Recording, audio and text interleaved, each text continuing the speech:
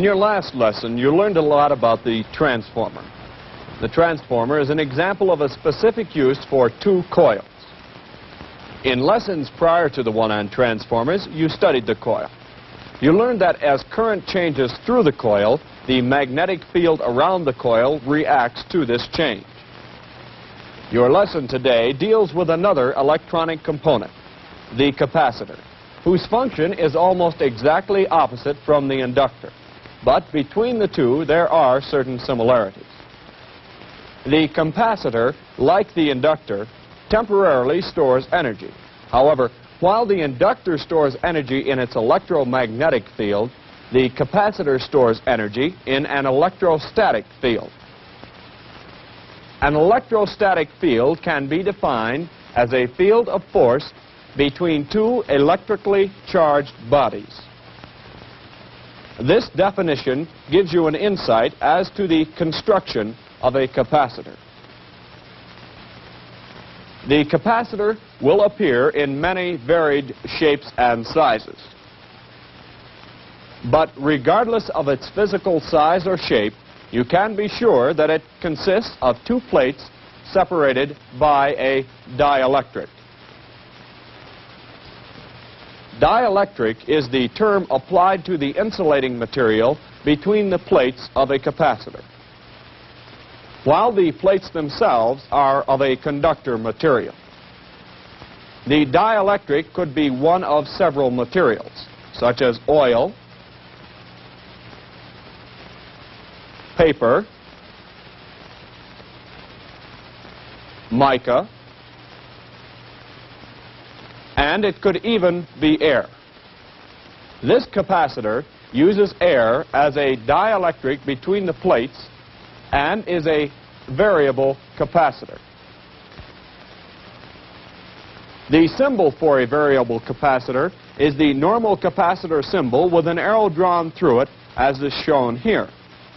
This indicates that the value of the capacitor can be changed. This type of capacitor, with air as the dielectric and with these movable metal plates, is used where you want to tune a circuit. Now, if you've ever looked into a radio, I'm sure you've seen this type of capacitor.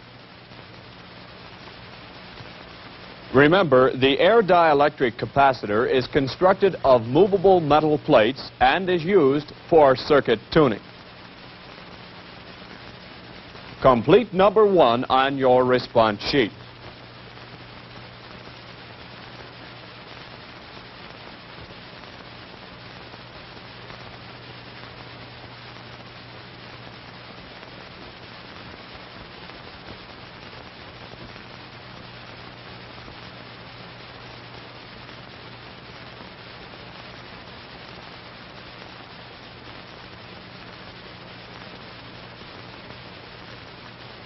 You should have written movable metal and tuning.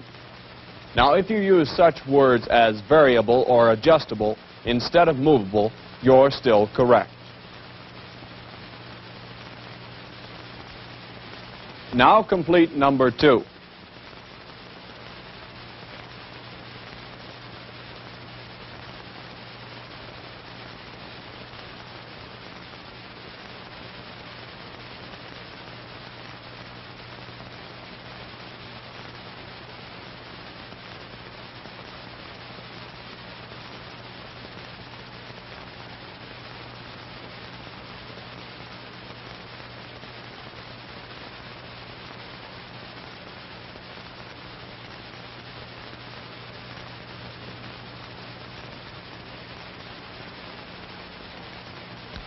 Your answer this time should be movable metal plates and circuit tuning.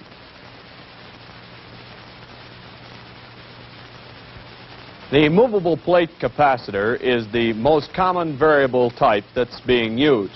Probably the most common fixed capacitor in use today is the paper dielectric capacitor. The reason it's very common is its low construction cost. Here's how it's constructed.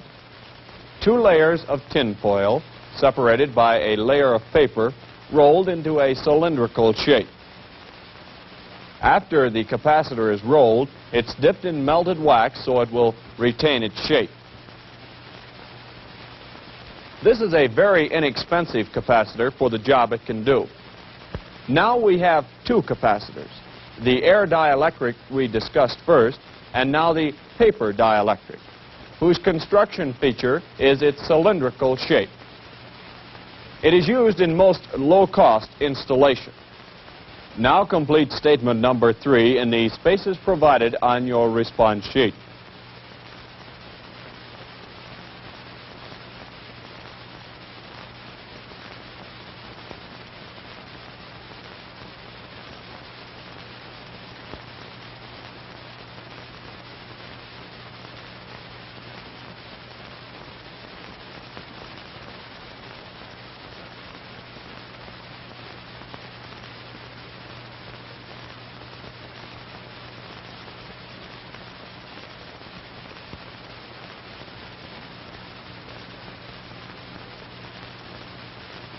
You should have answered cylindrical shape and low-cost usage.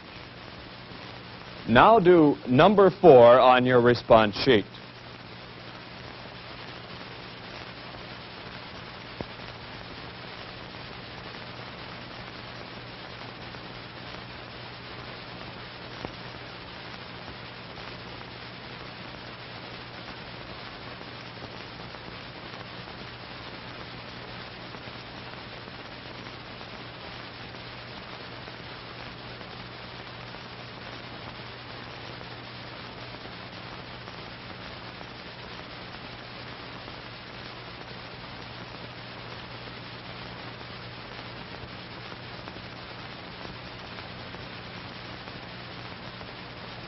Your answer should have been cylindrical shape and low-cost usage.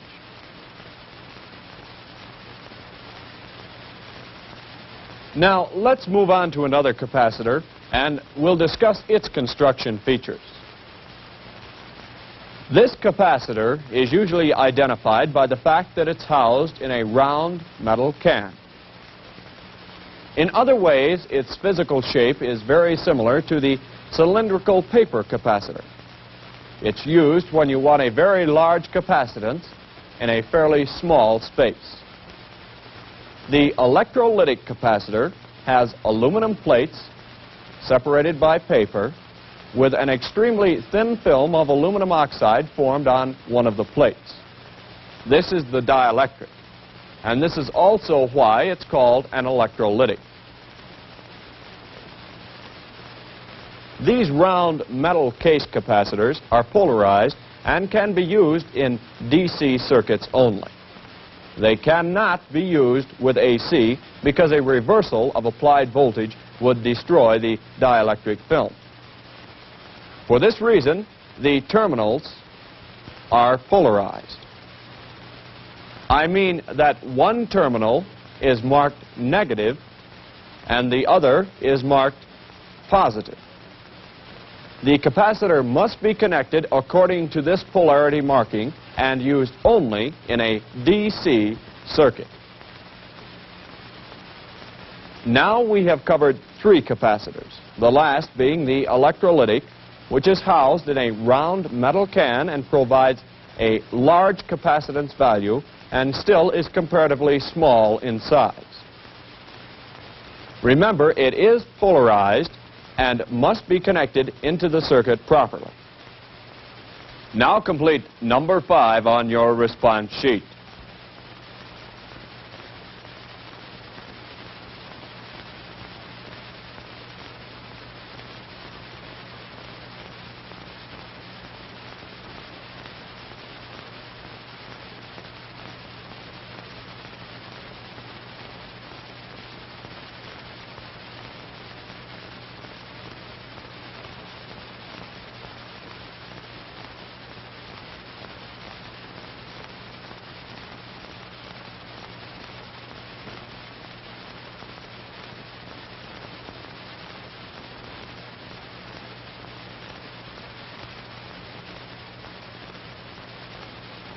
You should have completed the statement so it reads like this. Electrolytic capacitors are housed in round metal cans, large capacitance, small in size, and are polarized. Try number 6.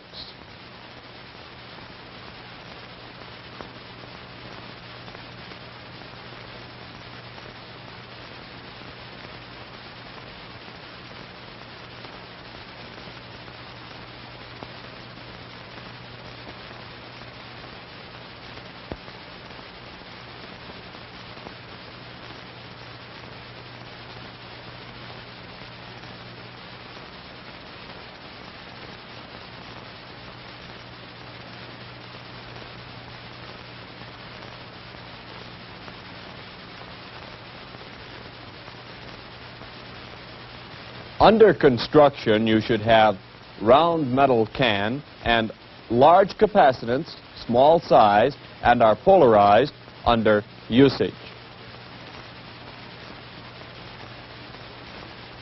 Now, there's one other capacitor in a metal can which we should discuss. This one takes the shape of a square or rectangle.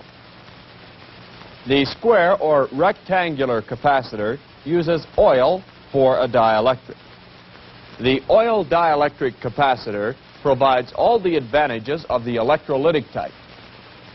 That is, it has the same large capacitance and is reasonably small in size, and in addition it has one very important advantage over the electrolytic capacitor. You'll notice that there are no polarity markings on the can. It is not polarized and can be used in both DC and AC circuits. Remember, large capacitors of the electrolytic and oil-filled types are both contained in metal cans. They are both relatively small in size, that is, small for the amount of capacitance they have. The round one is polarized and must be used in accordance with its polarity markings in DC circuits only. The square or rectangular has an oil dielectric and is not polarized. Therefore, it can be used in either DC or AC circuits. Now complete number 7 on your response sheet.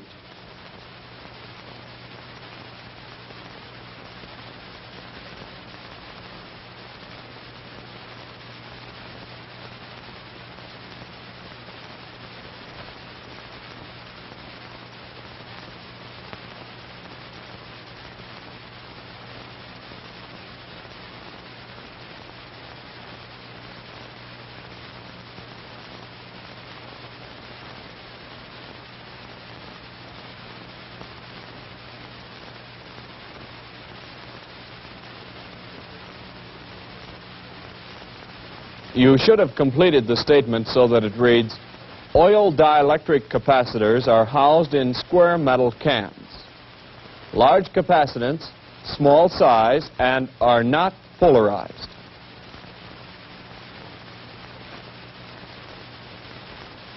Now complete number 8.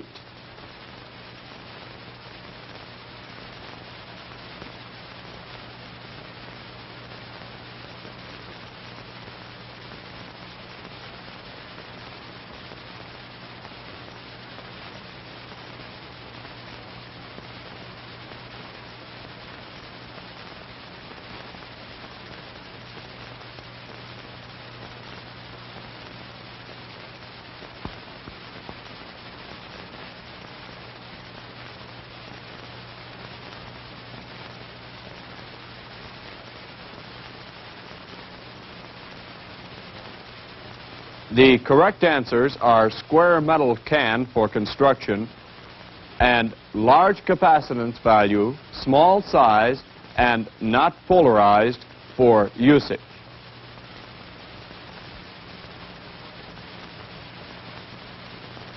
Now let's look at a couple of capacitors that are physically different, but they have the same general usage.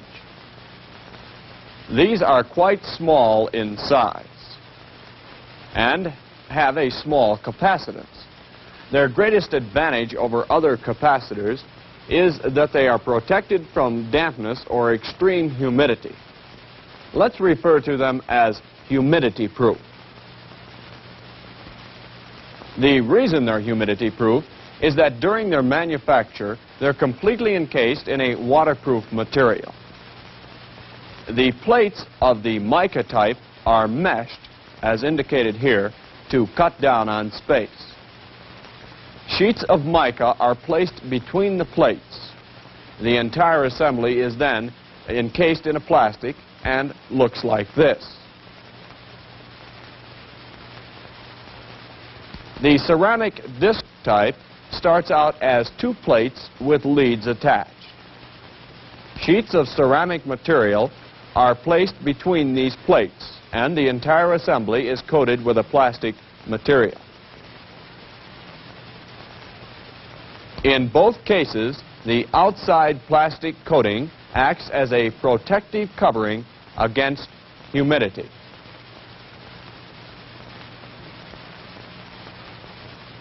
Now we have discussed 5 different capacitors: air, paper, electrolytic, oil, and finally, the ceramic.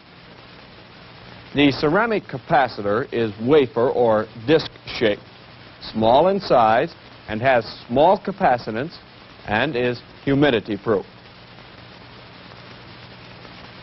Now complete number 9 on your response sheet.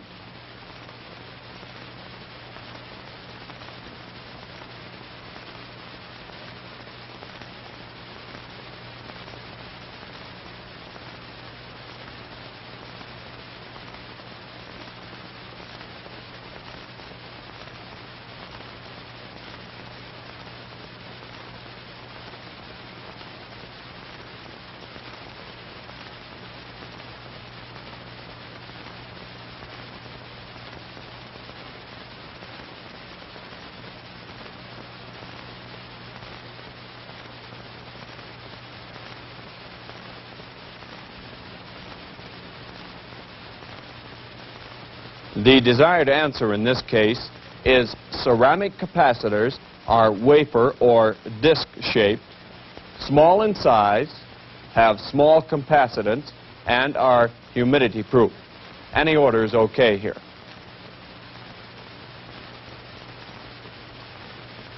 Now try number 10.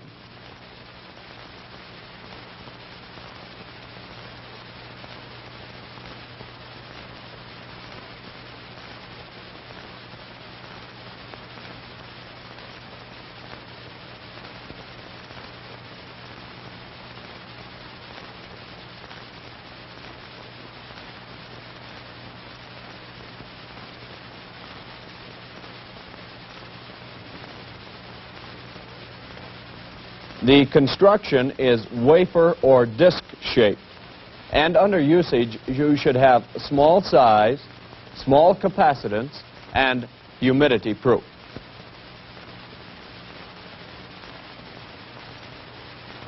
Now, you've heard me speak of the various capacitors as having large and small capacitance. When I say large capacitance, I'm saying that it has the capability of creating a large electrostatic field.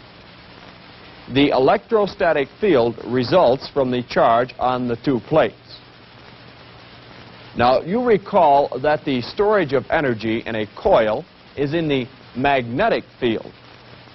In the capacitor, the energy is stored in the electrostatic field. The ability of a capacitor to store electrons when charged is measured in farads.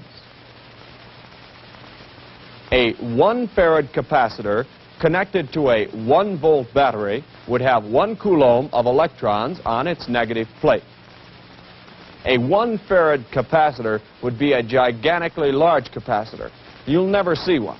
Practical capacitors, the ones that you'll see, will have capacitance values in microfarads or microfarads. Many times it will be necessary for you to complete problems which require converting the micro or micros to a whole farad.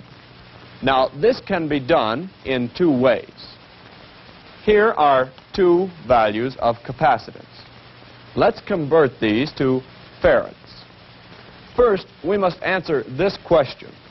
How much is a microfarad? Well, you should know that micro means 1 million. And it also means that the decimal point must be moved to the left from its original placement. Therefore, I can write this value in this manner.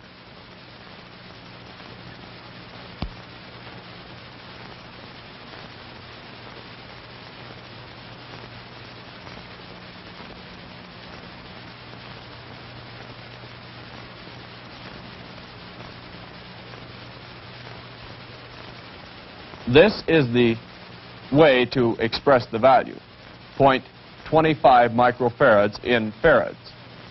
But you also know how to use the powers of 10, and that's the simplest way to write this number.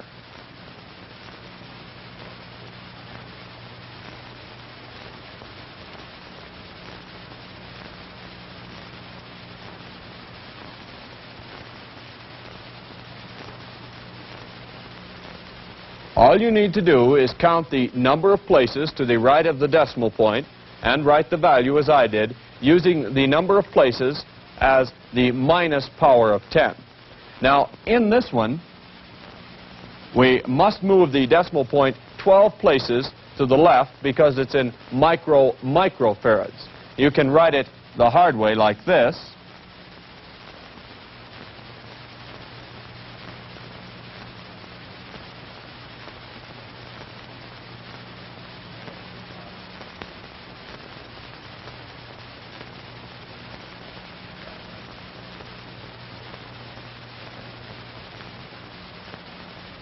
Or the easy way, using the powers of 10, like this.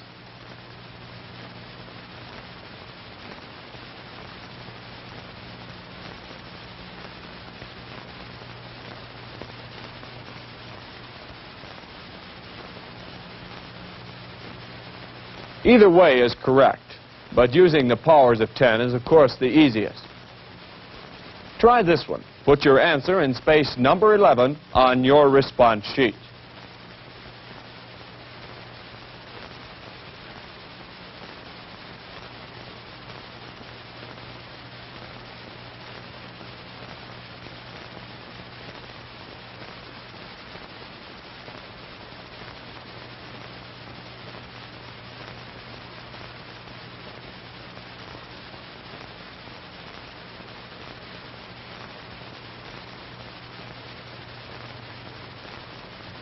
Your answer, to be correct, should be one or the other of these, preferably 67 times 10 to the minus 7th power.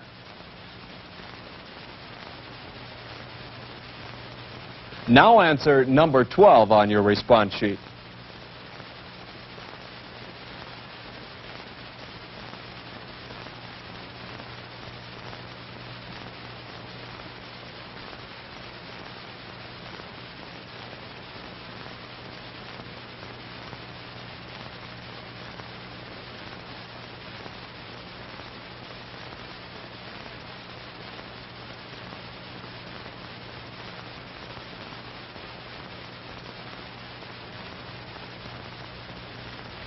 This answer should be as shown here. And again, the preferred one is 53 times 10 to the minus 8th power.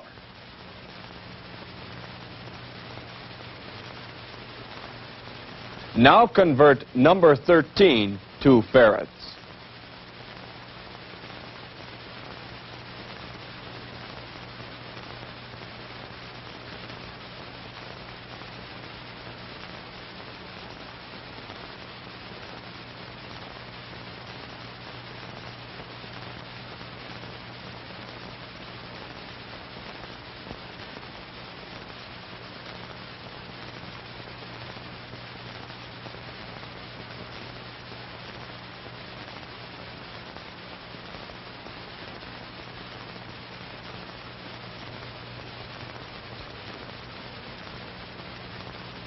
Your answer could be either of these. They're both correct.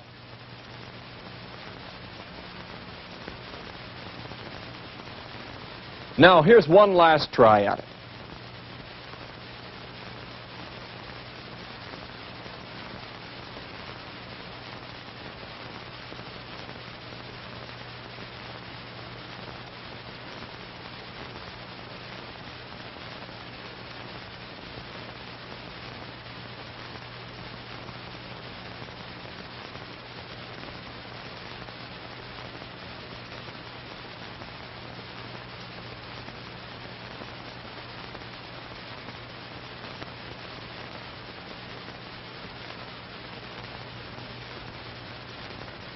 I hope that you used the powers of 10 expression.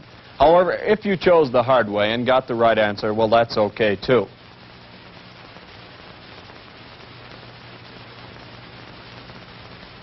We've converted a few values of capacitance, and we've discussed large and small capacitances.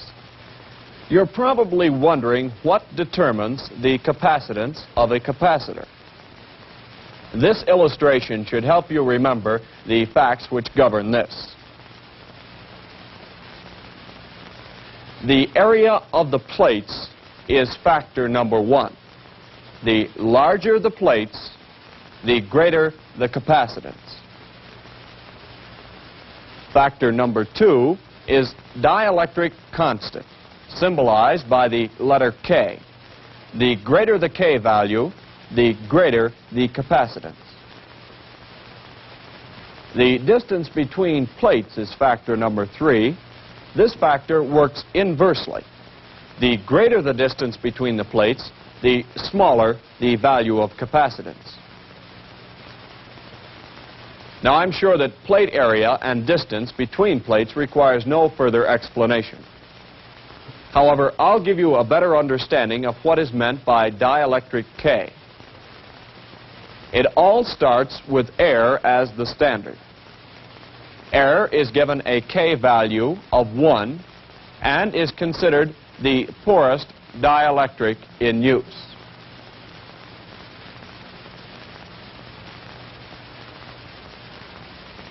Other materials that are used for dielectrics cause an increase in the K rating.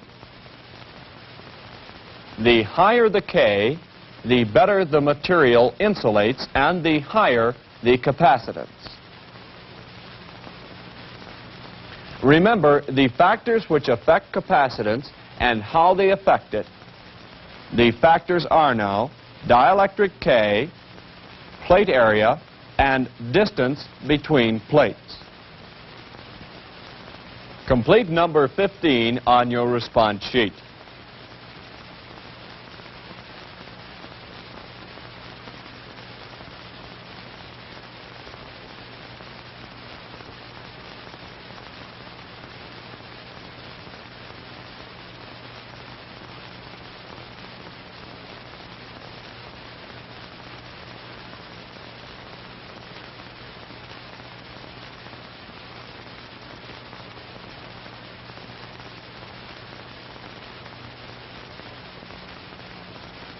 The correct answers are dielectric K, area of the plates, and distance between the plates. Any order on these is correct.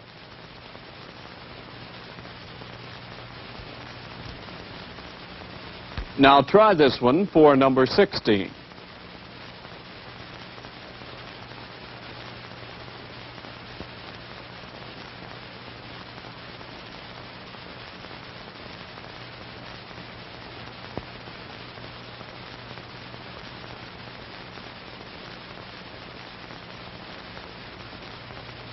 Capacitance increases with an increase in dielectric K.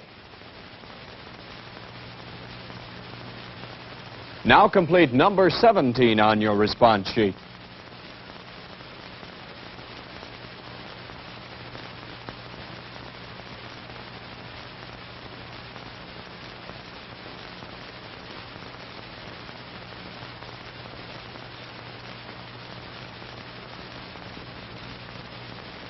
Again, you should have said increase.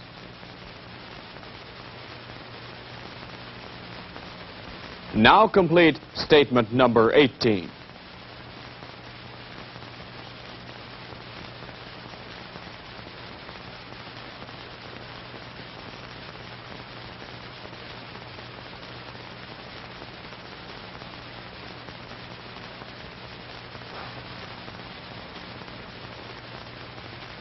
When plate area increases, the capacitance will also increase.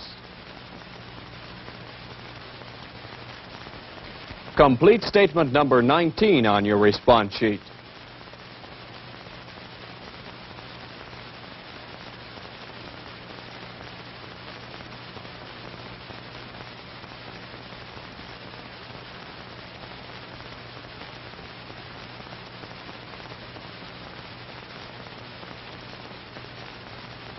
The correct word is again increases.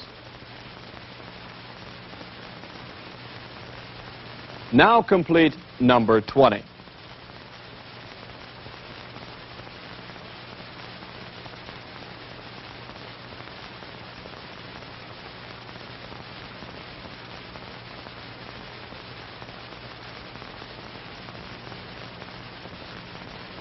The correct answer is decreases.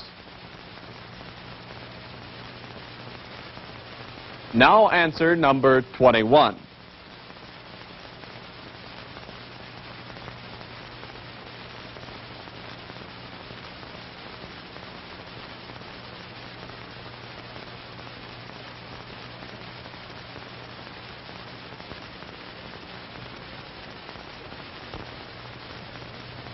This answer is also decreases. The final area I want to discuss with you is this, the voltage rating of the capacitor. Voltage rating can be defined as the maximum DC voltage that the capacitor can withstand.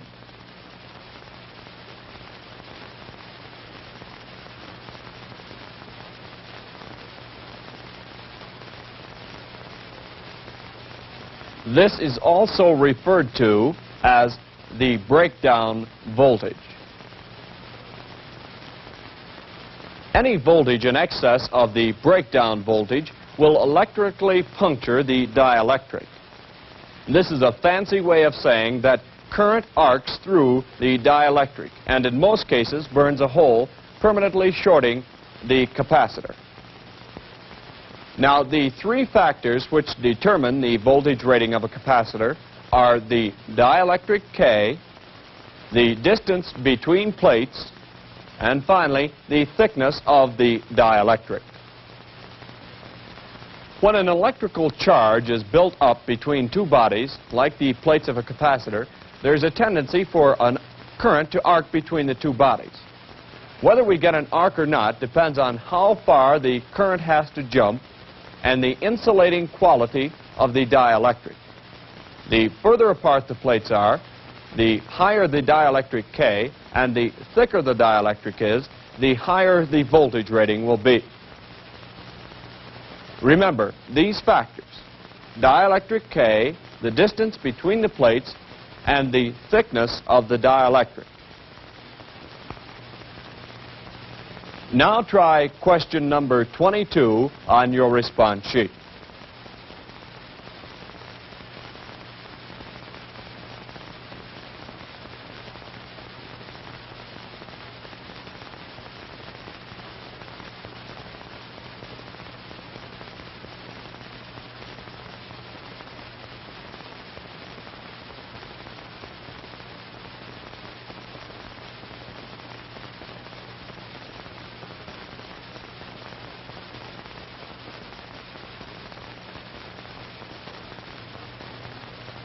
You should have answered dielectric K, distance between the plates, and thickness of the dielectric.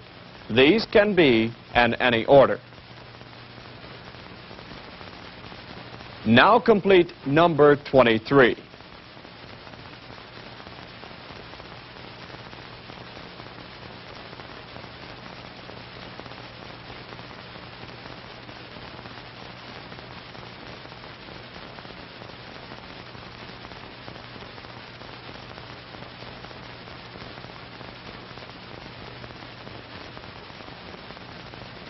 Your answers are dielectric K, distance between the plates, and thickness of the dielectric. Once again, these can be in any order.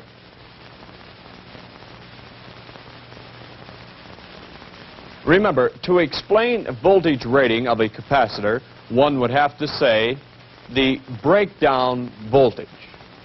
Now, by that, you know that I mean the breakdown of the capacitor will result at this voltage. An example of this is when the insulating effect of the dielectric is overcome and current arcs from one plate to the other. Answer number 24 on your response sheet.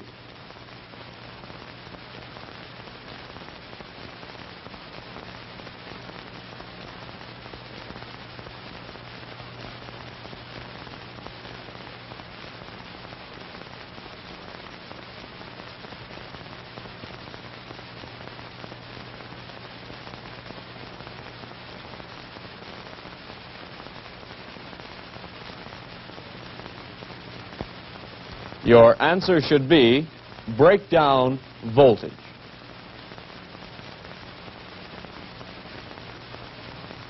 Now answer number 25.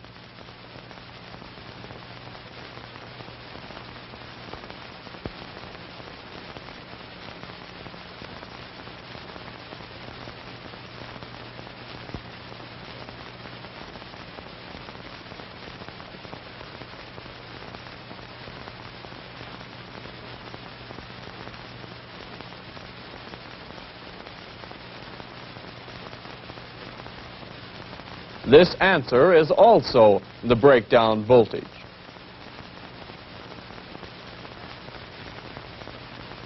Well, this completes the first of 2 lessons on capacitors. Your next lesson deals with how the capacitor reacts in both DC and AC circuits.